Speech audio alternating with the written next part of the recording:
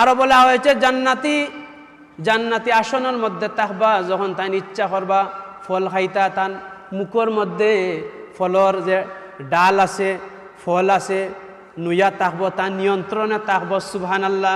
তাই যদি ইচ্ছা করেন শুয়া খাইতা, তাহলে শুয়া খাইতা পারবা। আর যদি ইচ্ছা করেন বসি খাইতা, তাহলে বসি খাইবা।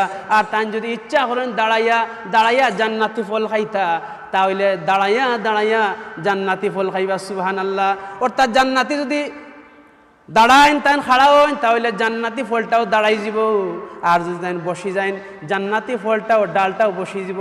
যদি তাই শুই যাইন, তাহলে জান্নাতি এই ফলও তান সাথে সাথে বিছানাত যাইব বলি। সুবহানাল্লাহ।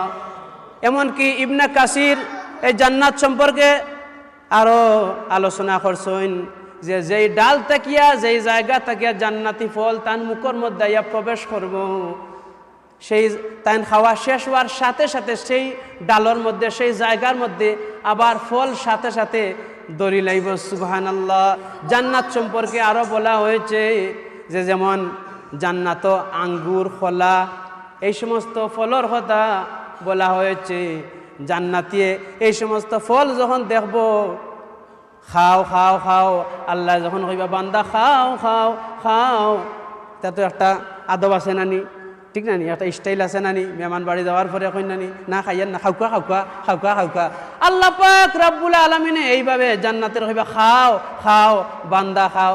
তার মনের মধ্যে আইব ইতা খোলা তো দুনিয়ায় খাইছি, আঙ্গুর তো খাইছি, আরে বান্দা খাও খাও খাও। যখন এই আঙ্গুর মুখের মধ্যে দিব, খোলা মুখের মধ্যে দিব, দুনিয়ার সমস্ত ফলর স্বাদ মুহূর্তের মধ্যে সে ভুলি যাইব। সুবহানাল্লাহ।